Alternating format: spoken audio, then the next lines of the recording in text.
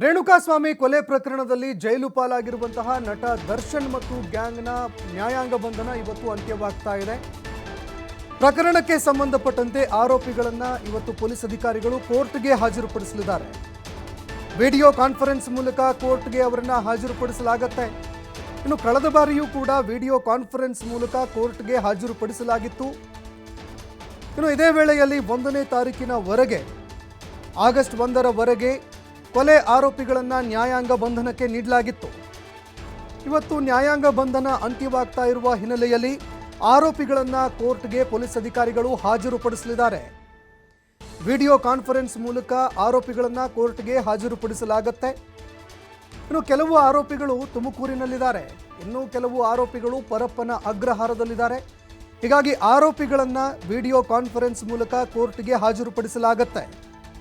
ಪರಪ್ಪನ ಅಗ್ರಹಾರ ತುಮಕೂರಿನಿಂದ ಆರೋಪಿಗಳು video conference ಮೂಲಕ ನ್ಯಾಯಾಧೀಶರ ಮುಂದೆ ಹಾಜರಾಗಲಿದ್ದಾರೆ. 24ನೇ ACMM ಕೋರ್ಟ್ನಲ್ಲಿ ವಿಚಾರಣೆ ನಡೆಯುತ್ತೆ. ಇಂದು ರಿಮ್ಯಾಂಡ್ ಅರ್ಜಿ ಕೂಡ ಸಲ್ಲಿಕೆ ಮಾಡಲಿದ್ದಾರೆ ಪೊಲೀಸ್ ಅಧಿಕಾರಿಗಳು. ರಿಮ್ಯಾಂಡ್ ಅರ್ಜಿಯನ್ನು ಸಲ್ಲಿಕೆ ಮಾಡೋದಕ್ಕೂ ಕೂಡ ಪೊಲೀಸ್ ಅಧಿಕಾರಿಗಳು ಮುಂದಾಗ್ತಾ ಇದ್ದಾರೆ.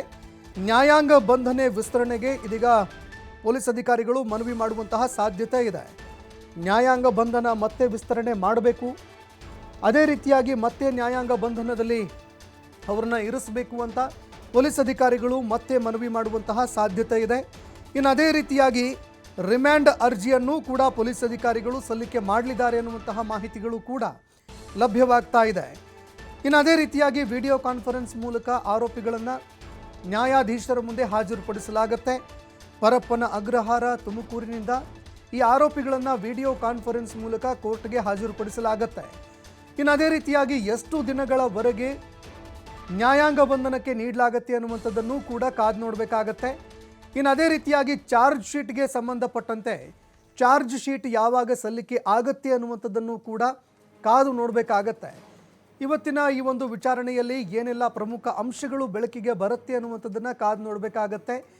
ಎಲ್ಲಿಯವರೆಗೆ ಈ ಪ್ರಕರಣಕ್ಕೆ ಸಂಬಂಧಪಟ್ಟಂತೆ ಚಾರ್ಜ್ ಶೀಟ್ ಸಲ್ಲಿಕೆ ಆಗೋದಿಲ್ಲ ಅಲ್ಲಿಯವರೆಗೆ ನಟ ದರ್ಶನ್ ಮತ್ತು ಗ್ಯಾಂಗ್ಗೆ ಈ ಒಂದು ಟೀಮ್ಗೆ ಜಾಮೀನು ಸಿಗುವಂತಹ ಒಂದು ಯಾವುದೇ ಲಕ್ಷಣಗಳು ಕಂಡುಬರ್ತಾ ಇಲ್ಲ. ಹೀಗಾಗಿ ಪ್ರಕರಣಕ್ಕೆ ಸಂಬಂಧಪಟ್ಟಂತೆ ನಟ ದರ್ಶನ್ ಹಾಗೂ ಟೀಮ್ಗೆ ಇದೀಗ ನ್ಯಾಯಾಂಗ ಬಂಧನ ವಿಸ್ತರಣೆ ಆಗುವಂತಹ ಸಾಧ್ಯತೆಗಳು ದಟ್ಟವಾಗಿ ಕಂಡುಬರ್ತಾ ಇದೆ.